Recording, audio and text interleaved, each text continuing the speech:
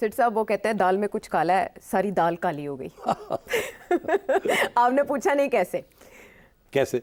वो ऐसे कि अगर हम चेन ऑफ इवेंट्स को देखें ना, आपको भी पता है हमने कल तबसरा किया मौलाना के बयान के ऊपर, वो एकदम तूफान उठा प्याली में तूफान की तरह, और फिर गर्द सारी बैठ गई और वो मंजर से हट गए। उन्होंने कहा गलती से मुंह से एक नाम निकल गया और पता नहीं उनके टारगेट्स जो भी थे आपने उन पर रोशनी भी डाली। फिर हमने कल पाकिस्तान तहरीक इंसाफ की प्रेस कॉन्फ्रेंस के ऊपर भी बात की जिसमें फॉर्म 45 के ऊपर एक मुकदमा बिल्ड किया गया और आपने कहा कि उसमें बयानबाजी के अलावा कुछ नहीं था, ठीक है। फिर कल मुस्लिम लीग नून के इजलास की अंदरूनी कहानी के हवाले से भी हमारे शो में डिस्कस हुआ कि ऐसे लग रहा है कि मुस्लिम लीग नून डिवाइडेड है इस बात पर कि उन्हें मरकज़ में हुकूमत बनानी चाहिए इस मैंडेट के साथ या नहीं। अच्छा, ये खबर लीक की जाती है, खुद पहुंचाई जाती है, ख्वाजा साद रफ़ीक और जावेद लतीफ़ साहब जो बातें ट्विटर के ऊपर करते हैं वो भी ज़ेरे बहस है। लेकिन ऐसे में इलेक्शन के 9वें दिन कमिश्नर रावलपिंडी स्क्रीन्स पर रूनुमा होते हैं और वो बताते हैं कि उनका ज़मीर जाग गया। वो किस बात के ऊपर जागा, हम उनकी ज़ुबानी सुने तो ज़्यादा अच्छा लगेगा। जी, मेरे ऊपर सोशल मीडिया का और ओवरसीज पाकिस्तानी है उनका इतना प्रेशर था कि मैंने आज सुबह की नमाज के बाद एक दफा मैंने खुदकुशी करने की कोशिश की है, लेकिन फिर मैंने सोचा कि मैंने क्यों ना ये सारी चीजें अवाम के पास रखूं, मैं खुद क्यों हराम की मौत मरूं। इस डिवीजन के 13 एमएलए जो 70 हजार की लीड से हारे हुए थे उन पे जेली मोहरे लगा के हमने इनको दिया कि ये शेरवानियां सलवा के जाके मिनिस्टर बनते फिरें। मैंने इस मुल्क के या इस डिवीजन के साथ जो गलत काम किया है, मुझे रावलपिंडी के कचहरी चौक में सजाए मौत दी जानी चाहिए और मेरे साथ चीफ इलेक्शन कमिश्नर और चीफ जस्टिस ऑफ पाकिस्तान को भी इसी चौक में सजाए मौत दी जानी चाहिए कि हमने इस मुल्क के साथ जितना बड़ा गलत काम किया है। वो यकदम जिसको कहते हैं ना कफन फाड़ के बोलना, वो बोले हैं और चीफ जस्टिस को भी और चीफ इलेक्शन कमिश्नर को भी रगड़ दिया। उधर इलेक्शन कमीशन ने भी इजलास बुला लिया, वज़ीर आला पंजाब ने भी इंक्वायरी के लिए कमेटी बनाने का कह दिया। लेकिन इस पर जो नहले पे दहला होता है ना, वो ये हुआ कि चीफ जस्टिस इस पर खुद जवाब देने के लिए आ गए। एक तो उन्होंने मुशावरत की कि इसको नोटिस लें या ना लें, लेकिन चीफ जस्टिस ने क्या कहा रिस्पॉन्स में वो भी आपको सुनवाती हूँ। जी, इल्जाम लगा दें बेबुनियाद, ना उसमें कुछ जरा सी भी सदाकत हो, ना जरा सी कोई सच्चाई हो, ना कोई सबूत पेश करें। ये आप कुछ भी इल्जाम लगा सकते हैं, कल मुझ पर कोई चोरी का इल्जाम लगा दें, कोई कत्ल का इल्जाम लगा दें। भाई इल्जाम लगाना आपका हक है, तो मगर साथ साथ वो फराइज भी दे दीजिए, तो कुछ सबूत भी पेश कर देना। अच्छा बुरा की बात में तयन होगा। अब हम चाहेंगे आपका तज्जिया कॉज एंड इफेक्ट पे। उन्होंने एक प्रेस कॉन्फ्रेंस या मीडिया टॉक करके इस वक्त जो मुकद्दमा बना दिया है, इसमें सबसे ज़्यादा हिट हुई लग रही है नून लीग।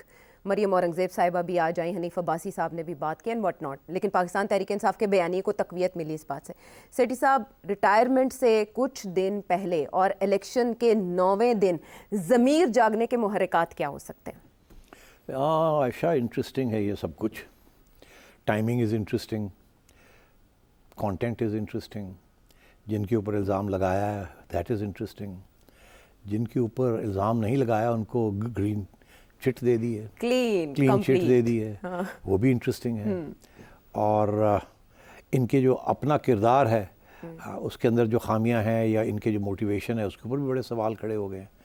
तो नहायत दिलचस्प सिचुएशन है। क्या ये ख़तरनाक सिचुएशन है या नहीं, इसके ऊपर भी बात हो सकती है। दिलचस्पी तो अलग मगर ख़तरनाक भी हो सकती है। अच्छा, तो let's start from the beginning. Okay. अच्छा, अब बिगिनिंग क्या है? इसमें बहुत से लोगों ने कमेंट्री की है जी। इलेक्शन कमीशन की तरफ से भी बयान आया है कि जी बकवास करता है, ऐसी कोई बात नहीं है। उन्होंने कहा कि कमिश्नर का किरदार नहीं होता, सिटी साहब होता है। हाँ, अच्छा चले, उन्होंने कहा, मैं इस पे आता हूँ। हाँ। कि किरदार कमिश्नर का नहीं होता, तो याद दिलाइएगा, इस पर मैं कमेंट करूँगा। उसके बाद पंजाब के जो इन्फॉर्मेशन मिनिस्टर हैं आमिर मीर साहब, उन्होंने कहा ये पागल है, खिसके हुए। हाँ, खिसका हुआ है। राना सनाउल्लाह ने भी इशारा किया है कि ये खिसका हुआ है, मेंटली इल है।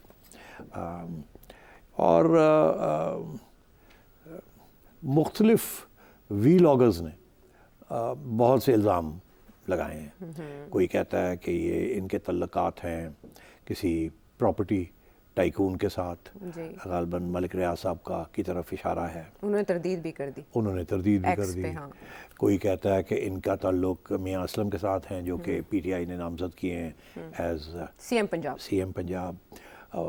कोई कहता है कि इनके बेटे की शादी भी हाल ही में हुई है और उसने किसी यहूदी खातून के साथ शादी की है और इसका ताल्लुक यहूदी लॉबी के साथ है जो इमरान खान के साथ है या आउटसाइड पाकिस्तान, और शायद उधर से कोई प्रेशर आया है या इंसेंटिवाइज किया गया है या मोटिवेट किया गया है।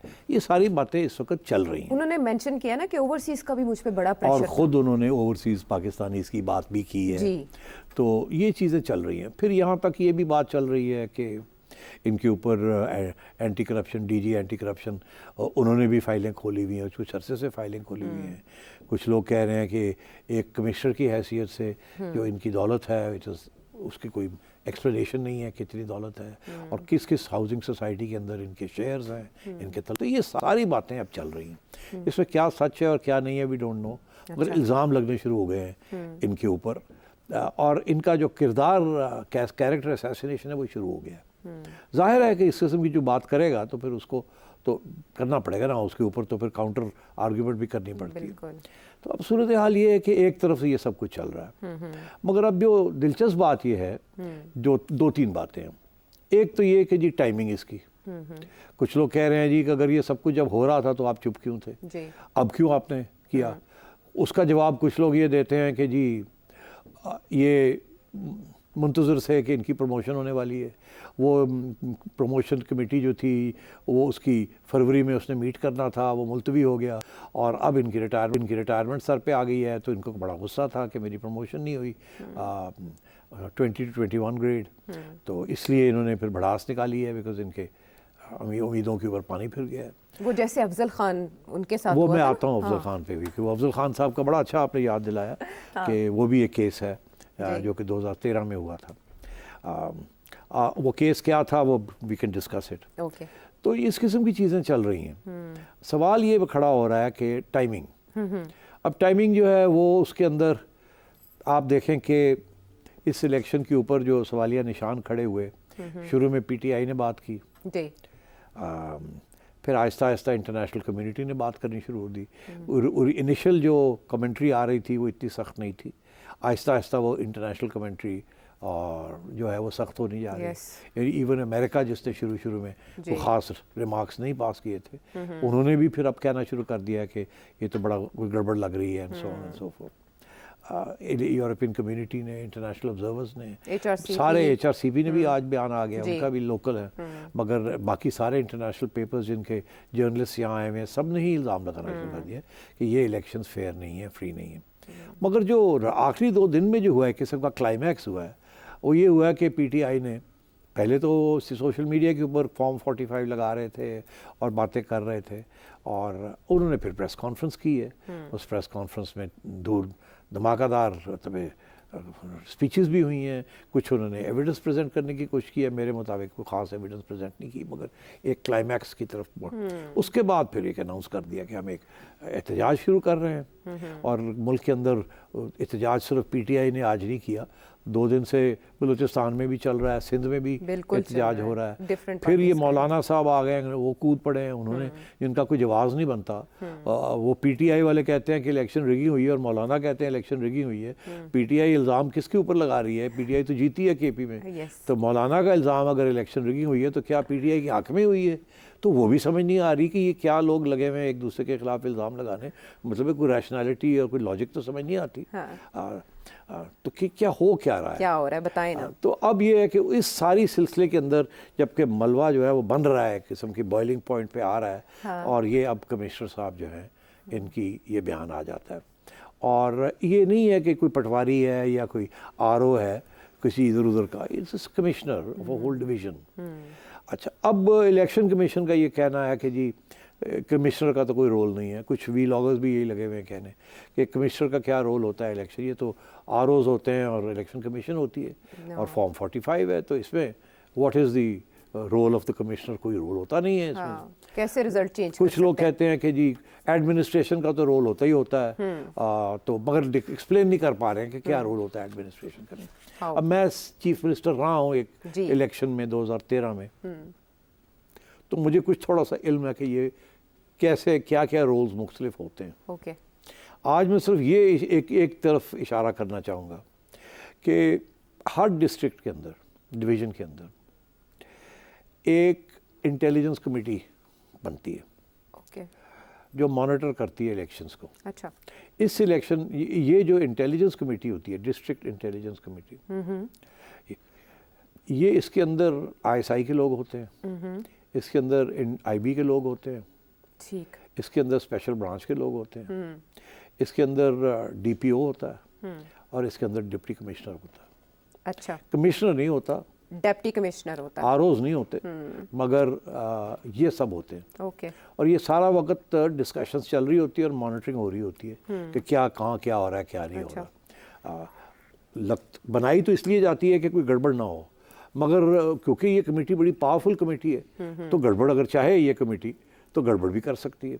अब कैसे गड़बड़ कर सकती है? कैसे? गड़बड़ तो सिर्फ आरओ के ज़रिए हो सकती है ना, या प्रिजाइडिंग अफसरों के ज़रिए हो सकती है।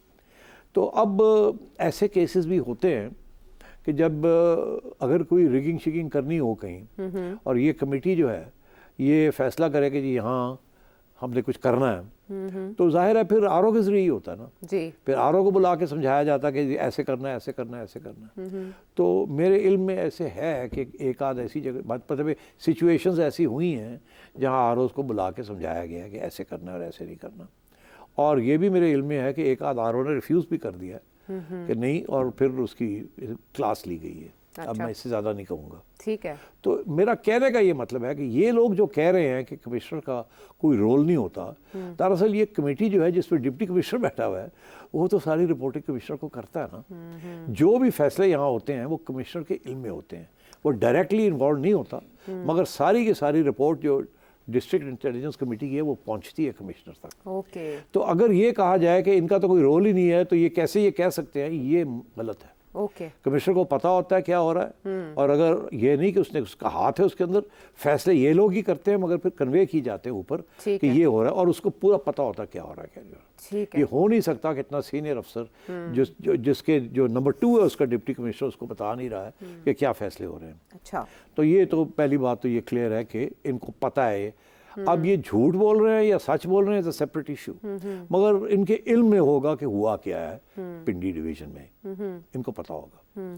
अब यहाँ जो शक पड़ता है वो ये पड़ता है कि ये एक ऐसी एरिया है जहाँ 2013 के इलेक्शंस में नून लीग डिडंट डू वेल, पिट गए थे वहाँ, और इस दफ़ा 13 में से कितनी 11 जी, सीटें ले गए। बाकी पीपल्स पार्टी और इंडिपेंडेंट किया एक एक। तो जाहिर है फिर यहाँ तो सवाल खड़े होंगे ना कि जहाँ बाकी सारे पंजाब के अंदर ठीक ठाक पिटाई हुई है अकॉर्डिंग टू पीटीआई, जी। तो फिर यहाँ कैसे इतनी स्वीप हो गई। तो मतलब ये है कि इश्यूज तो हैं और ये इश्यूज ख़त्म नहीं होने वाले। ये अब इस स्टेज पे आ गए हैं कि कोई ना कुछ सेटलमेंट होनी पड़ेगी इस इशू की। लेकिन कोई प्रूफ्स नहीं अपनी मीडिया टॉक में या प्रेस कॉन्फ्रेंस में। अच्छा, अब वो प्रूफ इसके पास होगा भी नहीं। इनके पास जो फैसले हुए हैं, जिन लोगों ने ये फैसले किए हैं, डिप्टी कमिश्नर के पास प्रूफ होगा, ओके। इंटेलिजेंस एजेंट्स के पास प्रूफ होगा, ठीक है।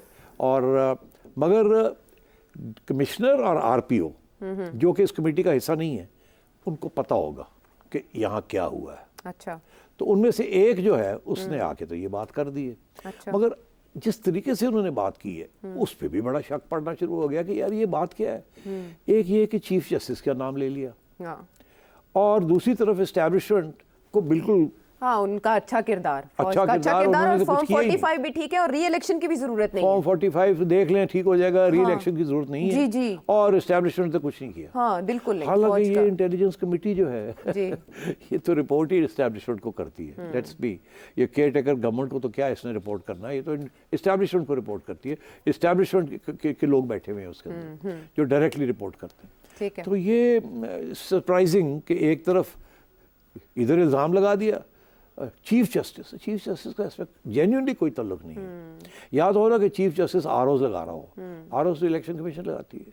ट्राइब्यूनल्स जो बनती हैं जजेस की, वो हाई कोर्ट के चीफ जस्टिस नाम देते हैं जो कि ट्राइब्यूनल्स में, इलेक्शन ट्राइब्यूनल्स में जाते हैं। चीफ जस्टिस पाकिस्तान का क्या रोल है? अच्छा, सिर्फ उसमें उसको क्यों टारगेट किया हाँ, गया? क्यों किया गया? तो ये भी सवाल अब खड़ा हो गया है। असल में चीफ जस्टिस ने ऑर्डर किया था ना कि वो चाह रहे थे, पाकिस्तान तहरीक इंसाफ चाह रही थी कि ये अदलिया की ज़ेर निगरानी हो इलेक्शंस, लेकिन चीफ जस्टिस ने कहा ब्यूरोक्रेसी, अब ये केस लगना भी है। So therefore, नाराजगी चीफ जस्टिस से भी है ना कि नहीं? है, बिल्कुल है।